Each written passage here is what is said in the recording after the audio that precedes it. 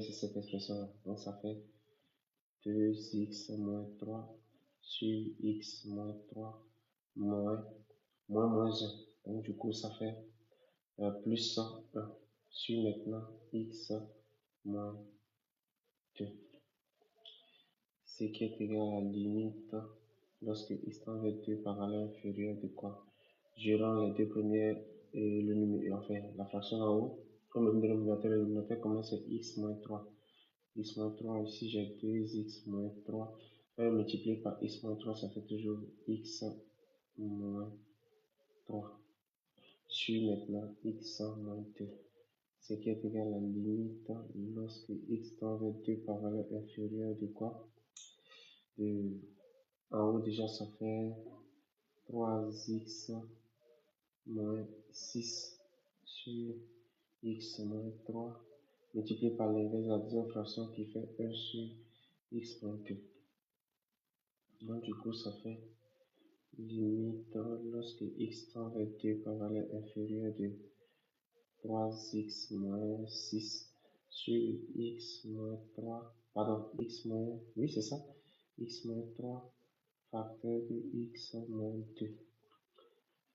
Je vais essayer de mettre 3 en facteur numérateur. Donc si je mets 3 en facteur numérateur, qu'est-ce que ça fait? Ça fait limite lorsque x tend vers 2 par valeur inférieure de 3 facteurs de x moins 2 sur x moins 3 facteur de x moins 2. Si on simplifie le x moins 2, ça fait une limite lorsque x tend vers 2 par valeur inférieure de 3 sur x moins 3. J'espère qu'on se comprend. J'espère qu'on se comprend. Si vous validez la simplification, mettez OK. On ne peut pas remplacer directement. Si on remplace directement, ça fait 0 en haut, 0 en bas. Donc on est obligé comment de factoriser pour pouvoir simplifier.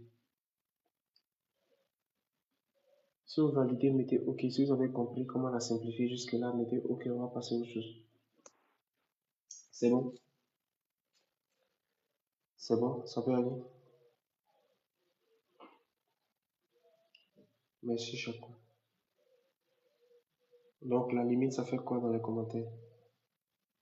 La limite, ça fait quoi dans les commentaires? La limite, ça fait quoi? La limite, ça fait quoi? Quelqu'un peut mettre le résultat de la limite.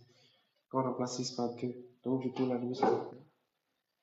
Ce qui est égal à 3 sur 2 moins 1, ce qui fait moins 1 en bas. 3 sur moins 1, ça fait moins 3. Donc, du coup, qu'est-ce que j'ai?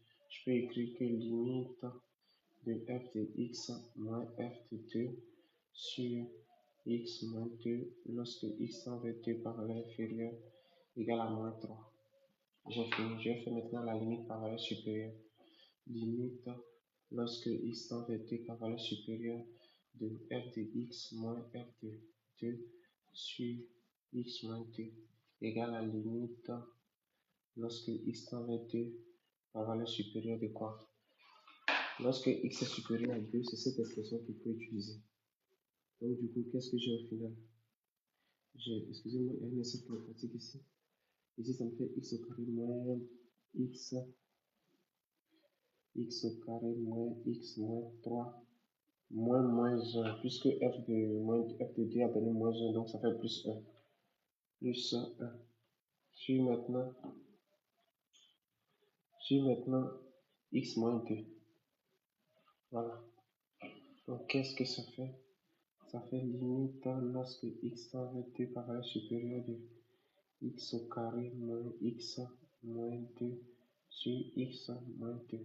Quand je remplace 2 en haut, ça fait 4 moins 2, ça fait 2, 2 moins 2, ça fait 0. Et en bas, ça fait aussi 0. Donc je peux aller simplifier cette affaire en faisant la division qui vient de la factorisation. Si je divise x au carré moins x moins 2 par x moins 2, pourquoi je multiplie x au carré pour avoir x par x? X fois x, ça fait x au carré, ça vient ici, ça devient moins x au carré. X fois moins 2, ça fait moins 2x, ça vient ici, ça devient plus 2x. Je trace un trait ici, ça me fait 0, ici, ça me fait x moins 2. Par contre, il faut aussi multiplier x pour avoir x, c'est plus 1. 1 fois x, ça fait x, ça vient ici, ça devient moins x. 1 fois moins 2, ça fait moins 2, ça vient ici, ça devient plus 2. Par différence, ça fait 0. Donc, je peux écrire que x au carré moins x moins 2 égale à x moins 2 facteur de x plus 1. Par conséquent, je peux écrire que c'est égal à la limite lorsque x tend vers 2 par valeur supérieure de x moins 2 facteur de x plus 1 sur x moins 2. Voilà, je peux simplifier les x moins 2. Donc, du coup, ça fait limite lorsque x tend vers 2 par valeur supérieure de x plus 1. Et lorsque je remplace 2 dedans, ça me fait 3. Donc, je peux écrire que c'est bon. Est-ce que c'est bon? Est-ce que c'est bon? Est-ce que c'est bon? Est-ce que c'est bon? Il dit c'est quelle matière, lui ne voit pas c'est quelle matière. Si tu ne vois pas cette matière-là, c'est que tu n'as pas ta place ici. Hmm. C'est anglais, c'est anglais. Donc, je vais écrire que la limite de f de x moins f de 2 sur x moins 2 lorsque x tend vers 2 par valeur supérieure égale à 3. Donc, qu'est-ce que je vais écrire au final? La limite du taux de variation en 2, ça donne moins 3. La limite de variation en 2 à droite, ça donne, à gauche, ça donne moins 3. À droite, ça donne 3. Donc, f n'est pas dérivable en 2. Donc, je vais écrire limite de f de x moins f de 2 sur x moins 2 lorsque x tend vers 2 par valeur inférieure différent de la limite de f de x moins f de 2 sur x moins 2 lorsque x tend vers 2 par valeur supérieure. F n'est donc pas dérivable en 2, mais elle est dérivable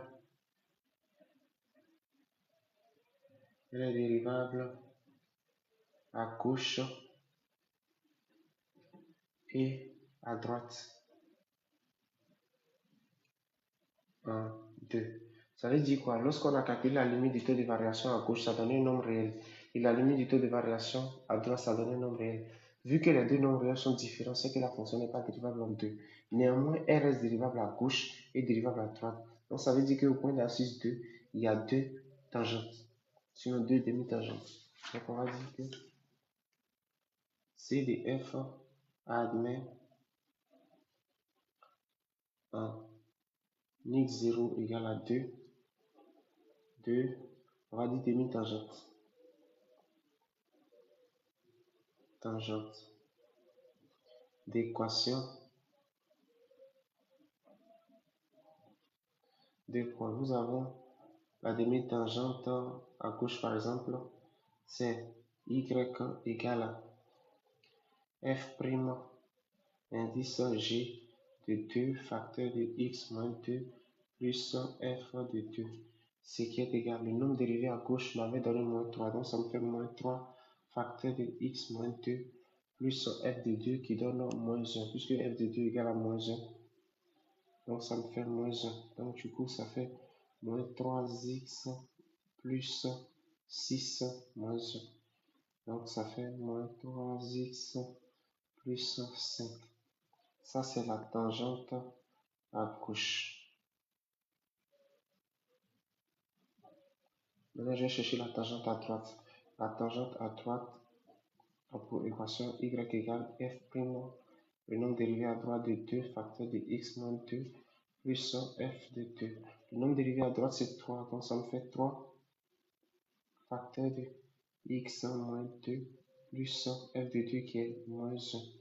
Donc, du coup, ça me fait 3x moins 6 moins 1. Donc, égal à 3x moins 7. Y égale, ça c'est la tangente à droite. Donc, voilà les deux tangentes. Il y a une tangente à gauche dont l'équation est déterminée et une tangente à droite dont l'équation est déterminée. Une tangente à gauche dont l'équation est déterminée, une tangente à droite dont l'équation est déterminée. Voilà. Oui, ta question c'était quoi? C'est lui qui vient de monter, il y a une question par rapport à quelque chose. C'est bon, on peut passer à autre chose. Si c'est bon, mettez OK. Si c'est bon, mettez OK, on va passer à autre chose. Il y a pas, ce n'est pas dérivable, mais ce n'est pas dérivable en deux, mais c'est dérivable à gauche et dérivable à droite. On a cherché les équations. Voilà. Merci à ceux qui ont répondu. Je passe maintenant à la question suivante.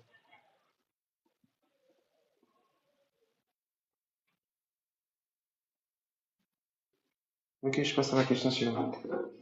Je passe maintenant à la question suivante, le 2.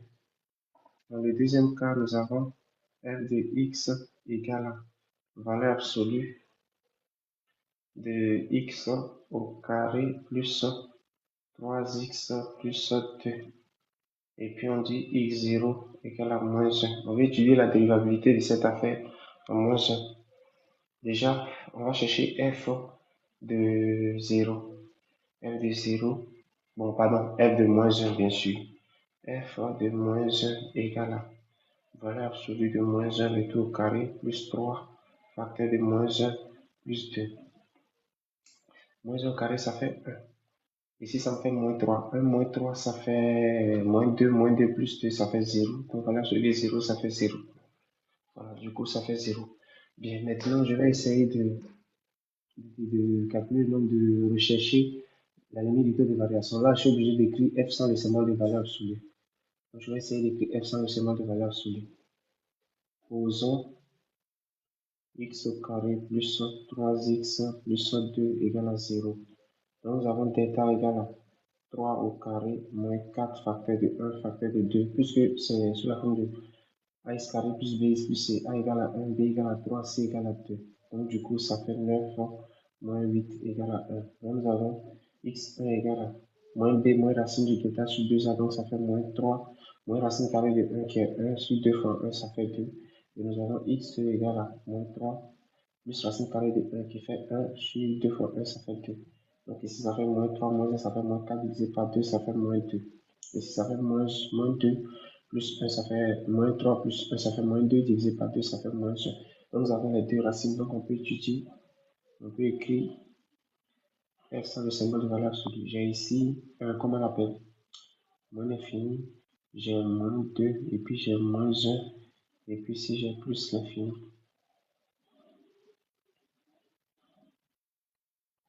J'espère qu'on se comprend. Voilà, maintenant ici, j'ai ça s'annule ici, et puis après ça s'annule aussi ici, donc j'ai x au carré plus 3x plus 2. Donc les deux racines se sont contraires. Le A c'est 1, ceci c'est plus, ici côté ça fait moins, ici plus, ici plus.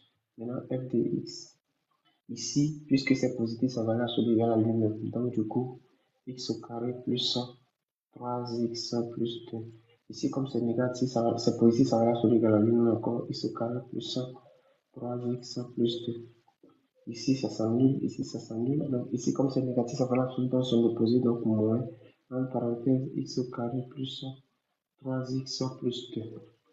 On a écrit ça le symbole de valeur absolue. On a écrit ça le symbole de valeur absolue. On a écrit ça le symbole de valeur absolue. Je passe.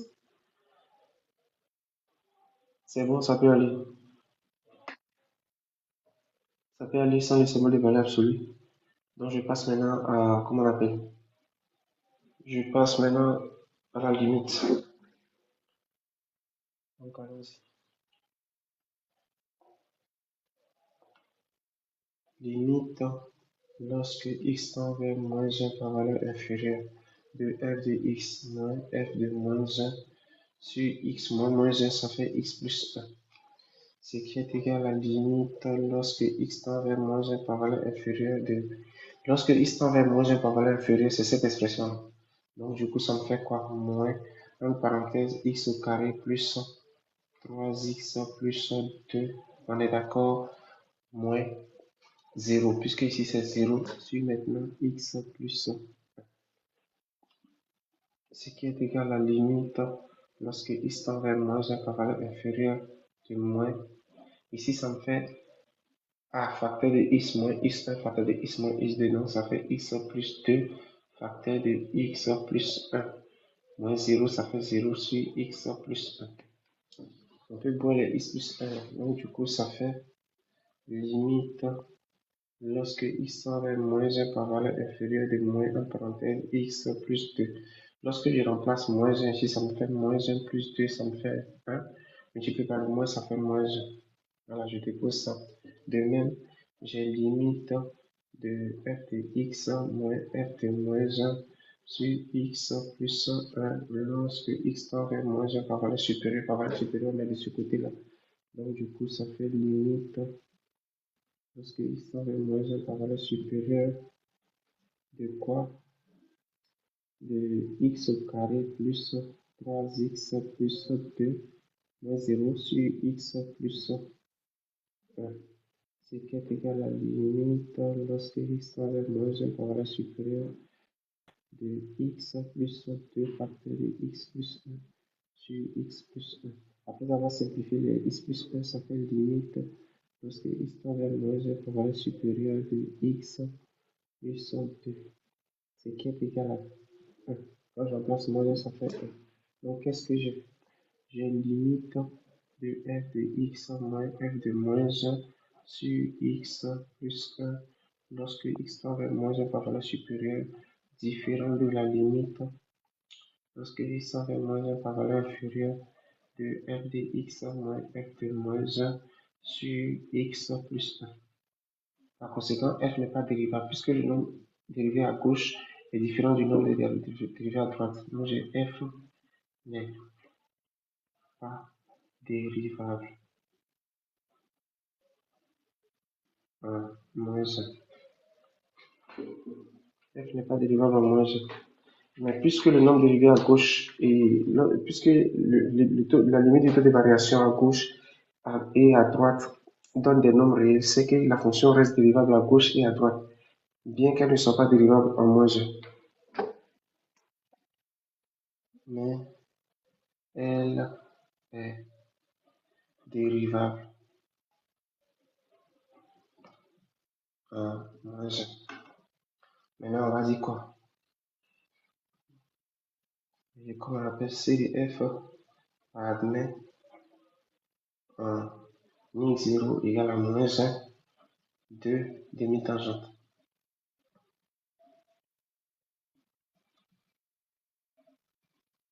Regardez demi-tangente, on a la tangente à gauche, l'équation y égale à f', indice gauche de moins 1 facteur de x plus 1 plus f de moins 1. Le nombre dérivé à gauche, ça a donné, comment on appelle, le nombre dérivé à gauche, où est-ce que je suis, ça a donné moins 1. Donc ça fait moins 1 facteur de x plus 1, f de moins 1, ça fait 0, donc plus 0, ce qui est égal à moins x moins 1.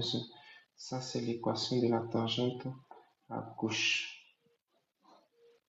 C'est l'équation de la tangente à gauche. On va chercher l'équation de la tangente à droite. De même, qu'est-ce qu'on a? On a l'équation de la tangente à droite définie par y égale à f' de d facteur de x plus 1 plus f de moins 1. Ici, c'est moins 1. Ici, ça donne 1 facteur de x plus 1 plus 0, ce qui est égal à x plus 1, y. Et c'est tout. C'est rapide. Ok. Je vais essayer d'aller doucement. Ok. Je continue. Je passe au 3. Le troisième, on a f de x égale à racine carrée de x au carré moins 1. Et ils disent que x0 égale à 1. Donc, qu'est-ce que je vais faire? Je vais essayer d'étudier, comment on appelle, la dérivabilité en 1. Donc, allons-y. Limite lorsque x tend vers 1. On est d'accord?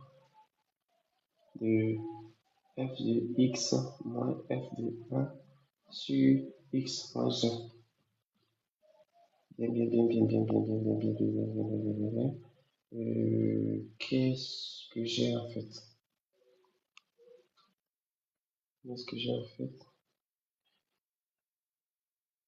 Égal. Bon, je vais chercher DDF d'abord. La série DDF. Je suis obligé.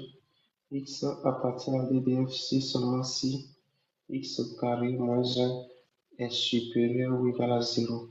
Donc, du coup, ça me fait x carré, x carré moins 1 au carré supérieur ou égal à 0.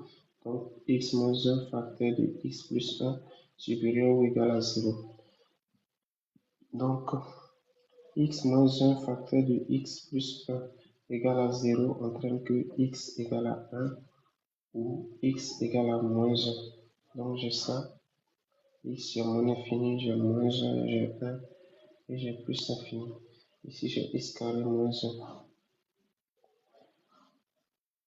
Ça s'annule ici, ça s'annule ici. Le a il est 1, donc j'ai moins ici, j'ai plus ici, j'ai plus ici. Donc, je vais dire que BDF égale à quoi? Intervalle ouvert de moins l'infini à moins 1. Pardon, c'est fermé. Union fermée de 1 à plus infini. Voilà. Si on me dit d'étudier la dérivabilité en I0 en 1, c'est que c'est en I0 à droite. Forcément. Voilà. Donc, je m'en vais. F de x moins f de 1 sur x moins 1 égale. Ça me fait racine carrée de x au carré moins 1. Quand je remplace 1, ça fait 0 sur x moins 1. Ce qui est égal à quoi? Racine carrée de x au carré moins 1 sur x moins 1. Ici, lorsque je remplace 1 en haut, ça fait 0 sur 0, ça forme un déterminant. Je suis obligé de faire expression conjuguée.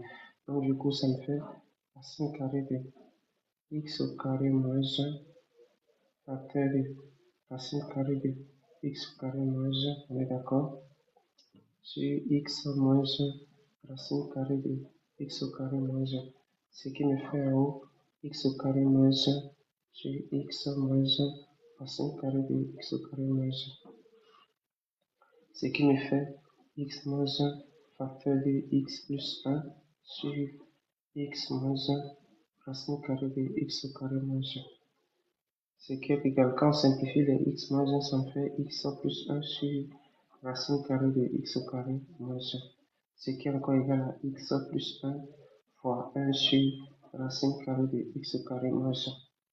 Maintenant, limite de f de x moins f de 1 sur x moins 1 lorsque x tend vers 1 la valeur supérieure bien sûr égale à limite lorsque x tend vers 1 la valeur supérieure de x plus 1 fois 1 sur racine carrée de x au carré moins 1, ce qui est égal car la limite de x plus 1 lorsque x tend vers 1 la valeur supérieure égale à 2 et la limite de 1 sur racine carrée de x au carré moins 1 lorsque x tend vers 1 par valeur supérieure égale. Quand j'en place 1 ici, ça fait 0. C'est un 0 positif sous radical, sinon ça n'existerait même pas. 1 sur 0, ça fait plus infini. Donc par produit, ça fait plus infini. Donc du coup, qu'est-ce que j'ai au final? J'ai limite de f de x moins f de 1 sur x moins 1 lorsque x tend vers 1 par valeur supérieure égale à plus infini. Donc, f n'est pas dérivable. Voilà. C'est pas dérivable, mais ça admet une tangente verticale, une demi-tangente verticale. CDF admet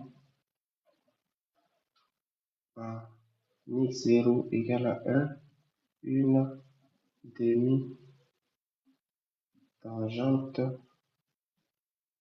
verticale. Voilà, et c'est tout. L'équation de la demi-tangente, c'est x égale à 1.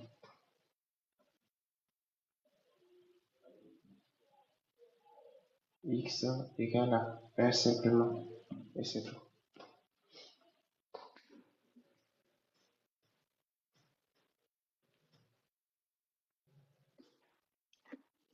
Ok. Je continue, je continue, je continue. J'ai fini le premier exercice. Je laisse les gens monter maintenant pour les questions. Le live est ouvert. Montez. Pour ceux qui ont des choses à dire, montez. Vous allez parler chap chap et puis on va passer au suivant. Ceux qui ont des choses à dire, ceux qui ont des choses à dire, ceux qui ont des choses à dire, montez, montez. Ceux qui ont des choses à dire. Ceux qui ont des choses à dire, montez, on va avancer.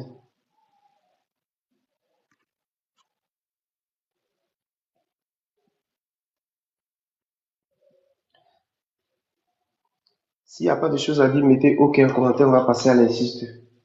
S'il n'y a rien à dire, mettez OK en commentaire, on va passer à la question 2. À l'exercice 2.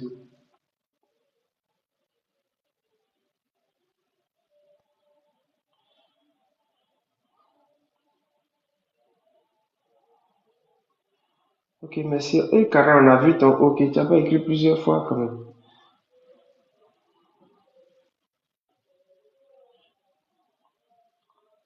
Cool, donc on passe à l'exercice 2. Exercice 2. Exercice 2, qu'est-ce qu'on a? On a dit le plan muni d'un repère orthogonal OIJ. C'est la représentation graphique de la fonction f. La fonction g définie de R vers R par g de x égale à x au cube moins 3x au carré plus x moins 1. Question 1. Calculons g' de x et g' de x. G' de x égale. Qui est chaud? Qui est chaud? Qui est chaud? Qui est chaud? Ok, je continue. G' de x égale qui est chaud? Qui voit?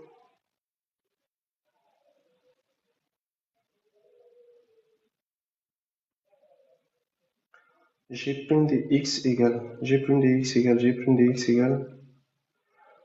Ok, je continue. La dérivée de x exposant 3, ça fait 3x au carré, donc ça me fait 3x au carré moins 3 fois 2, ça fait 6x plus 1. Ça, c'est g' de x. C'est fini. Je continue. On dit de calculer g' de x. G' de x égale la dérivée de ceci, ça fait 6x moins 6. La dérivée seconde fois, c'est fini. Maintenant, la question 2. Démontrer que si admet un point de réflexion dont tu précises les coordonnées. Question 2. Démontrons